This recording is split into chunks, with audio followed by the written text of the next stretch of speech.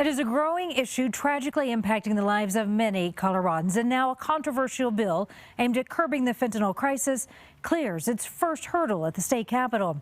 This bill moved ahead after 13 hours of emotional and heartfelt testimony from families, law enforcement, addiction specialists, and some significant changes. Karen Morfitt live at the Capitol for us tonight. And Karen, the biggest change comes down to the most contentious piece of this bill.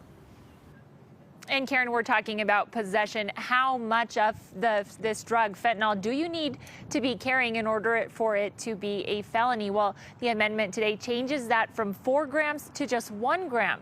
But we're not talking about pure fentanyl. If you are carrying any 1 gram of any drug and it contained even a trace of fentanyl, that would be considered a felony. It's a change that not everyone agrees with.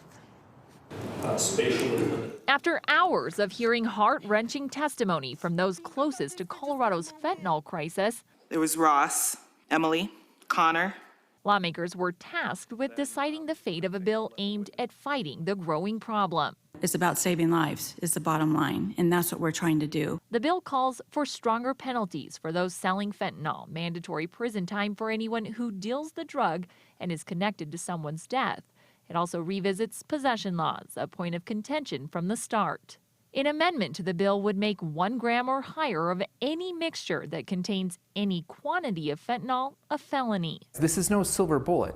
The possession issue is not going to solve the fentanyl crisis. While some Republicans and public safety officials from across the state pushed for a zero tolerance on fentanyl, we are in a tremendous crisis. We should go back to where we started. Others believe the change goes too far. Denise Mays is a policy analyst for Servicios de la Raza. You have not only felonized fentanyl, you have felonized all drugs that contain that 1 gram of fentanyl. Other stakeholders, like those who will prosecute these cases, have their own concerns. Tom Raines is the director of Colorado's District Attorney's Council.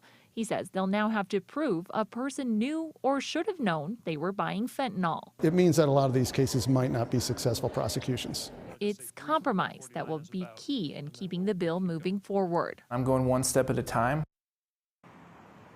Now, in addition to adding and increasing penalties, the bill also devotes millions of dollars to treatment programs as well as an educational campaign, and it puts a priority on pushing for better access to fentanyl test strips and that life-saving medication Narcan. The bill from here will move to the Appropriations Committee before then moving to the House floor.